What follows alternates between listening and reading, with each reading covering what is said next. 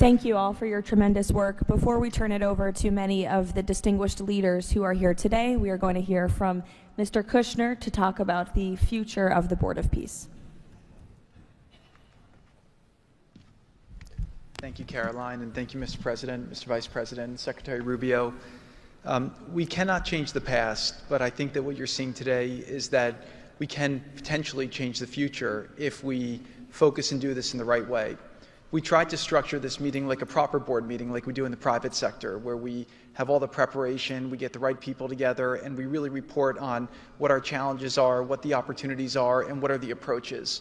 What you've seen today is just a small sample of the work that's been done, and I really want to thank the entire team that's worked so hard at this. A lot of these people are volunteers. They're doing this not for any personal gain. People are not personally profiting from this. They are really doing this for their children and for their grandchildren, and because they want to see peace. One small anecdote is Liran said to me, "Are you sure I should be presenting? I'm a Jewish Israeli and I'm working on Gaza and all these things." And I said, "That's exactly why you should be presenting today." If Jews and Muslims work together, Israelis and Palestinians with Americans and English and Bulgarian and people from all around the world, then we can kind of join on a common goal, which is peace and togetherness, and that's really what we've done. I want to thank President Trump. I remember working with you on your first foreign policy speech in 2016 that you gave at the Mayflower Hotel, and at the time, those ideas were considered to be very, very radical. What I saw as somebody who didn't have any foreign policy experience were just common sense ideas. Why can't the world be better? Why can't there be peace? Why can't there be more prosperity for all people in all ways? And I think over the last decade, you really have changed the way that the world thinks about a lot of these things. And I think that this organization is bringing a new approach and new ideas and new people together in order to effectuate it. I'd really like to thank all the countries that joined on very early. I see this as a very self-selecting group of countries that really believe that the future can be different and wanted to join in partnership and put their reputations and their resources and their time and their ideas on the way to say, these are the challenges we're putting into that we're solving in our own countries. We want to come with new ideas because we've achieved success and we believe that the world can be better in that regard.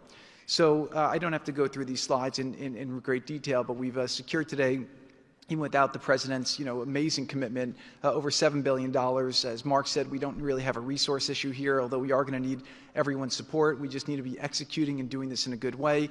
We've dealt with the humanitarian issue. We've returned the hostages. But the one final thing I just want to talk about as well from our perspective is that the President Trump in his heart wanted to get the hostages home, but he also really wanted to help the people of Gaza. He saw the suffering that they were enduring, not through fault of their own, because of the bad leadership that they had, the situation they were born into.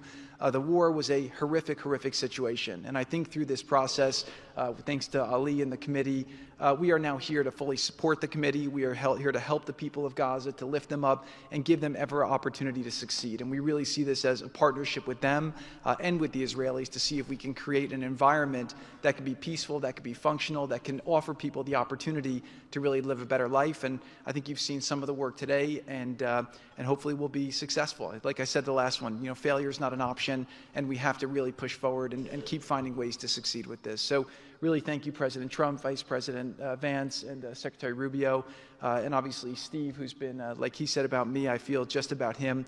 Working through all these challenges has been an absolute honor and a pleasure with you, and I've really been very lucky to have your partnership. So really thank you all, and I'll give back to Caroline. Thank you. Thank you, Jared.